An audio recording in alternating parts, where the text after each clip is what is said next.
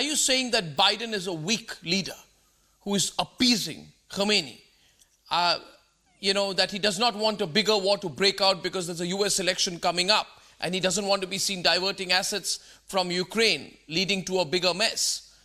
I mean, you may be more open with me on this. Are you saying that Biden is appeasing Khamenei, that he's a weak leader? The Americans are showing weak leadership? Yes, I believe so. I mean, the result is right in front of us.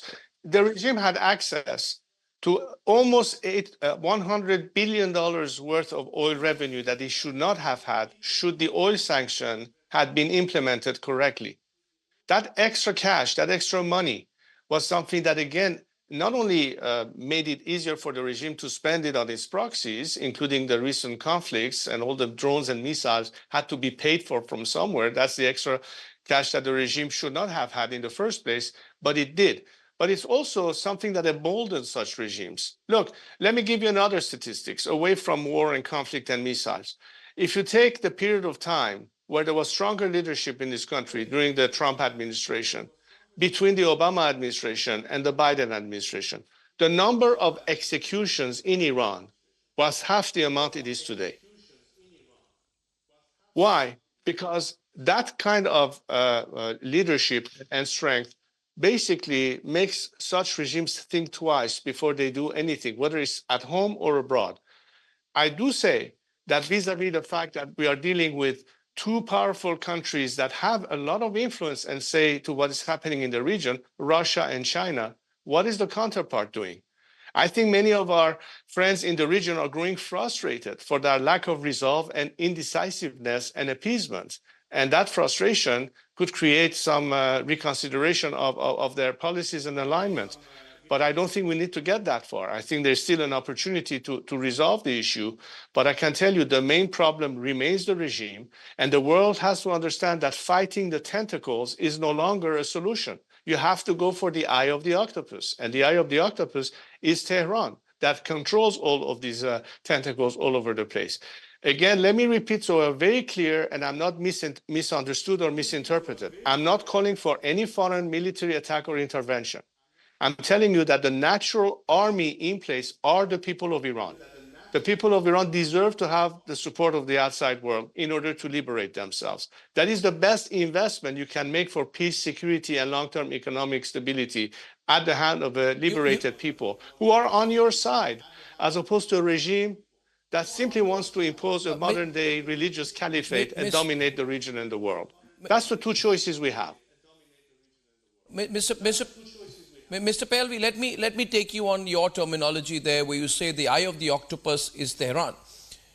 Now, the regime in Tehran, are you sure about that? It would also be contended that the eye of the octopus could be Russia.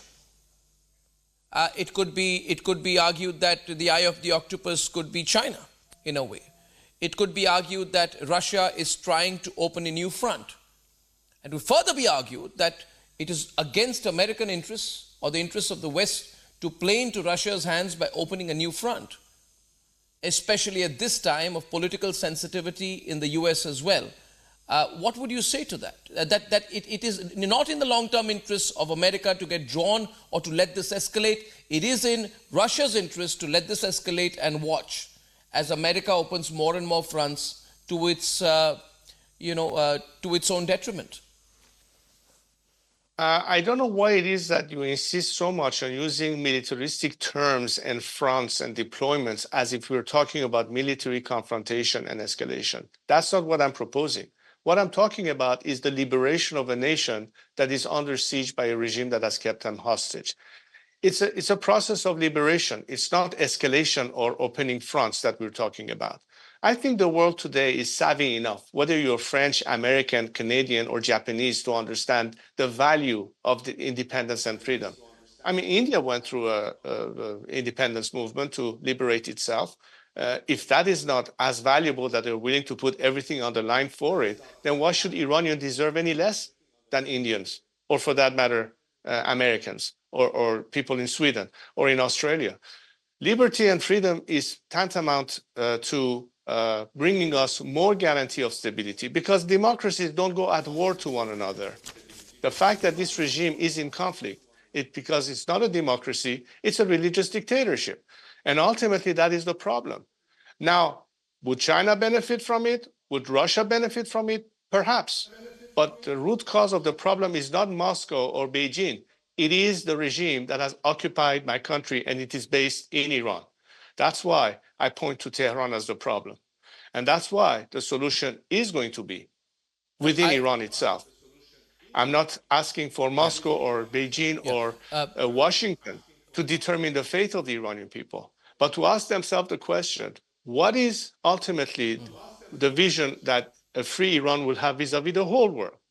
It's not going to be aligned only with the West. It's not going to be aligned only with the East. It's going to be working with whoever respects our sovereignty and freedom, and will work with them, with any of these countries who would like to have a better relationship with Iran.